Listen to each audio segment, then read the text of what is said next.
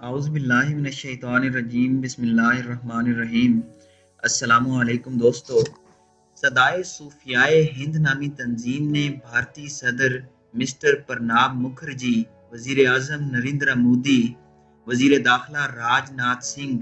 وزیر خارجہ Sushma Swaraj, governor Uttar Pradesh Shri Ram Naik, chief minister Uttar Pradesh Akhilesh Singh Yadav, UNESCO میں بھارتی نمائندہ مس کمبوج وغیرہ کی خدمت میں ایک میمورینڈم پیش کرتے ہوئے پرزور مطالبہ کیا ہے کہ ارض حجاز خصوصاً مکہ اور مدینہ کو سعودی وہابی سلفی آمریت سے آزاد کروایا جائے۔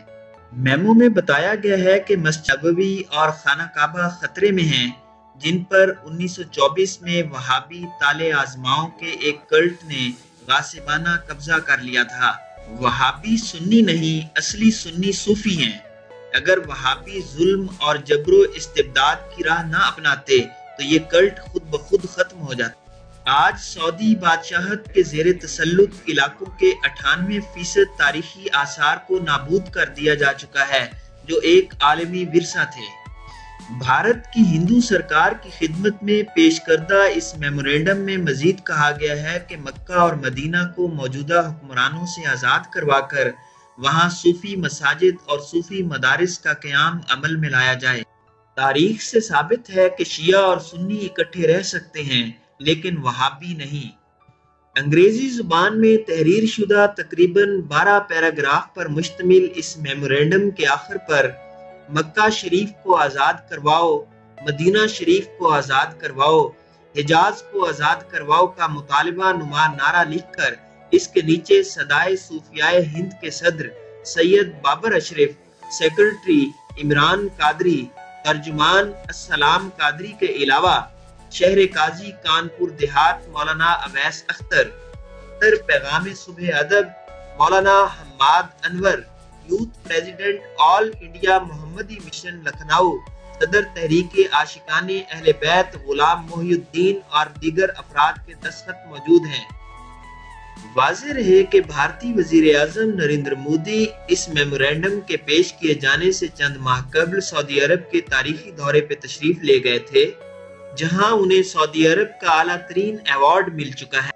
اس لیے وہ اپنی اس غیر معمولی حیثیت اور مقام سے فائدہ اٹھا کر مکہ اور مدینہ کو مبینہ غیر قانونی قبضے سے واگزار کروا کر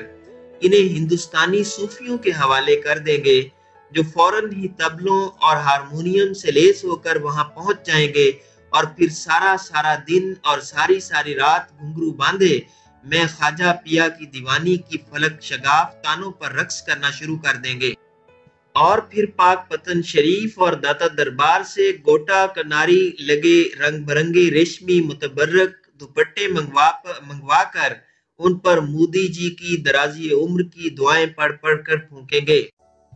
اس سے پہلے کہ کوئی نام نہاد صوفی خاکسار کو بھی وہابی سمجھ کر اس پر کفر کا فتویٰ لگا دے، میں واضح کر دوں کہ میں خود بھی تصوف کا ایک ادنا طالب علم ہوں اور حقیقی صوفیاء کرام کا بے حد معتقد ہوں، جن کا مکہ یا تو ان کے دل میں ہوتا ہے اور یا پھر دل ان کا مکے میں ہوتا ہے۔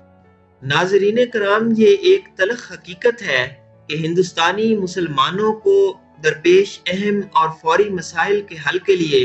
آج ہی نہیں بلکہ ماضی میں بھی ہندو نیتاؤں سے مدد حاصل کرنے میں کوئی آر محسوس نہیں ہوتی تھی۔ تحریک خلافت کو ہی لے لیں، جس کے نہ صرف جلسے مہاتما گاندھی جی کی زیر صدارت منعقد ہوا کرتے تھے، بلکہ اس تحریک خلافت اسلامیہ کی مرکزی مجلس عاملہ کے اجلاسات کا ایجنڈا تک گاندھی جی کے مشوروں اور منظوری سے فائنل کیا جاتا تھا۔ تحریک خلافت کے اجلاسات میں گاندھی جی کی جے کے نعرے لگا کرتے تھے،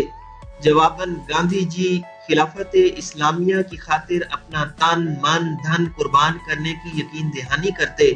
اور اس کے بدلے ہندوستانی مسلمانوں سے تحریک موالات میں بھرپور حصہ لینے کا عہد لیا کرتے تھے۔ یہ سب حقائق آن دا ریکارڈ ہیں۔ یہ خوش کن انکشافات بھی کرتا چلوں کہ وزیر اعظم عمران خان تو پاکستان بننے کے 70 سال بعد اس ملک میں ریاست مدینہ قائم کرنے کا معجزہ سنا کر اس پر فخر کا اظہار کرتے پھر رہے ہیں۔ بھارتی مسلمان تو یہ منزل کب کی پا چکے ہیں۔